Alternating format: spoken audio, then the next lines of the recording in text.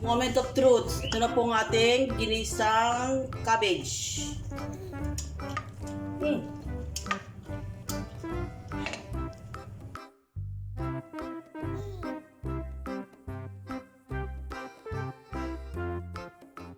Salt, black pepper, garlic powder, 2 tablespoons, baking powder, and flour. White egg, and oil.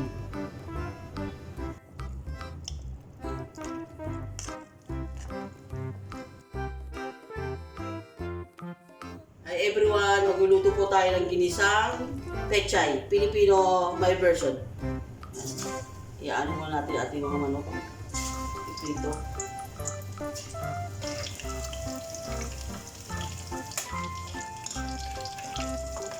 Mga 2 tablespoon na oyster sauce. Yan, nalagay na. Pasensya na, hirap luba. And soy sauce. Pareho, 2 tablespoon. Lagay tayo ng sugar. MSG, optional. Black pepper, vinegar. Ganun din, tablespoon. Konti lang. 1 tablespoon lang. Tapos cornstarch. 2 tablespoon. Galagay tayo syempre ng water. Haluin. Kailan kasi pure ating sauce. Pagkatapos haluin, set aside. Plain.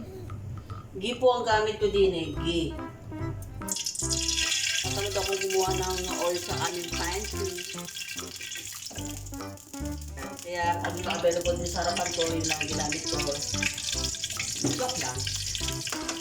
Pakapasado din siya dito eh. Lagyan natin ang sibuyas. Ay, pati mo sibuyas. Lagyan tayo ng sibuyas. Okay. Natin ang ginger. Pagkatapos ng ginger, maglagay tayo ng bawang. Kaya po bahala kung gaano gusto yung karami ng bawang, sibuyas, luya. Ito lang naman kami kakain. Gawa ng aking unika iha ay nag-diet daw. Inshallah. Lagyan tayo ng salt, sugar, as usual for balance. Kailangan balanse ang lahat. Black pepper. Tapos ng black pepper, gaya ng dati. Sabi ko optional kung gusto. Ajinomoto, MSG. Kung ayaw, wag lagyan. Tapos, haluin. Sitron, haluin. Haluin natin ang gisa-gisa. Pagkatapos sa ating ginigisa, maglalagay tayo ng extra pampalasa, chicken cubes. Durugin para maghalo-halo ang lasa. Pag ito na yan, siyempre nalagay yung mga ibang gulay, yung katulad ng bell pepper, red, and green, and carrots. Lagay dyan. Haluin. Kailangan malakas ang apoy. Okay. Ngayon, sinasamasyado yung tumi ng carrots kasi gusto ko medyo crispy. Lagyan natin ang cabbage. Ugasan na po yan. Bawal po ang iugasan din sa amin. Kasi po ito yung halal country.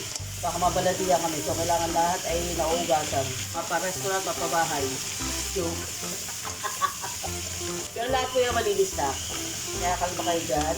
Hindi lang namin pinapakita. Kaya talagang minimintay namin ang highly hygienic. Okay, lalagyan natin ang sauce. Just today. Itong sauce na ginawa natin. Lagay ito lahat. Haluin. Lagyan natin. Oil.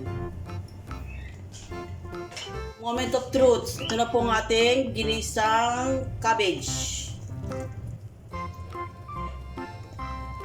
Hindi natin tinikman. Oo.